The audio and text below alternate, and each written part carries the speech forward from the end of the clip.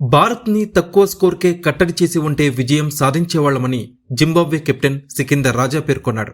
Bowling, fielding వైఫల్యం తమ ఓటమిని శాసించాయని పేర్కొన్నాడు.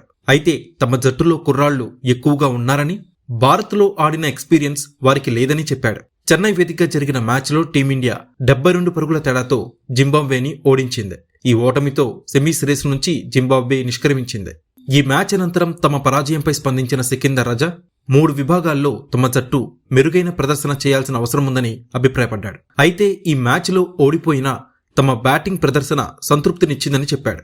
భారత్ని 210, 220 పరుగులకి కట్టడి చేసి ఉంటే ఫలితం మరోలా ఉండేదని అభిప్రాయపడ్డాడు.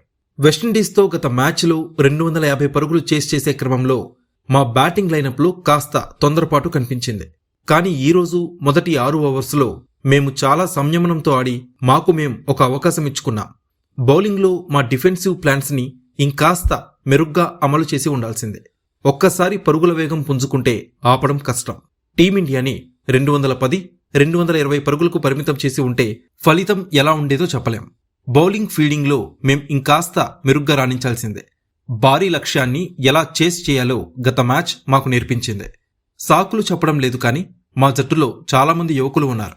వారు తమ మొదటి ప్రపంచ కప్ ఆడుతున్నారు. అలాగే భారత్లో ఆడడం కూడా వారికి ఇదే తొలిసారి. ఫీల్డింగ్లో మెరుగైన ప్రదర్శనని ఆశిస్తున్నాను. బ్యాటింగ్ ఇలాగే ఉంటే బాగుంటుంది. చిన్న పొరపాటు జరిగినా మ్యాచ్ చేజారిపోతుంది.